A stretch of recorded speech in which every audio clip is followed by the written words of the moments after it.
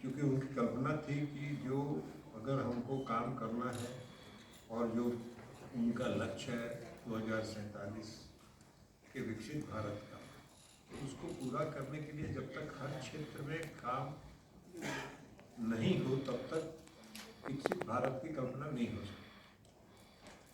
और इसी उद्देश्य के साथ उन्होंने जो मत्स्य पालन और पशुपालन ये दो कृषि विभाग के साथ था, इस पर उतना ध्यान केंद्रित नहीं होता था। उसके कारण उन्होंने एक अलग विभाग बनाया और अलग विभाग बनाने के बाद जो कई योजनाएं उन्होंने शुरू की, इन विभागों में जो कई योजनाएं शुरू की, उसका परिणाम 2022-23 में देखने को मिला। और उन्होंने सबसे पहले शुरू किया ब्लू रिवॉल्यूशन।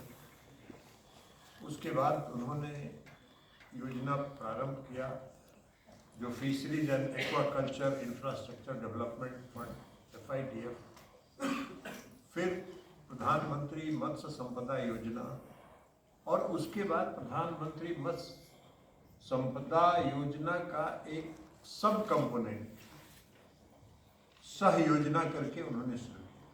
और इसका परिणाम ये हुआ, और इस टोटल इन सभी योजनाओं पर जो अब तक निवेश हुआ वो लगभग 38,572 करोड़ रुपए का निवेश हुआ, जो अब तक के जो आज़ादी के बाद से जो निवेश था उसका कई गुना उससे अधिक निवेश था।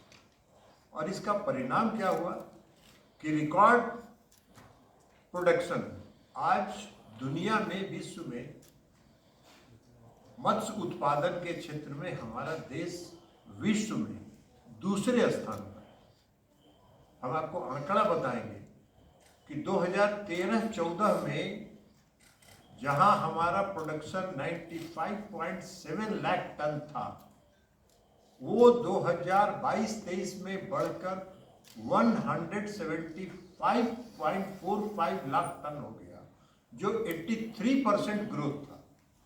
तो एक तरफ आप आज़ादी के बाद से 51 के बाद से 2013 तक जोड़िए, और उसके बाद 10 साल में 9 साल में जो वृद्धि हुई, ये 83% का ग्रोथ हुआ इन कार्यक्रमों के कारण।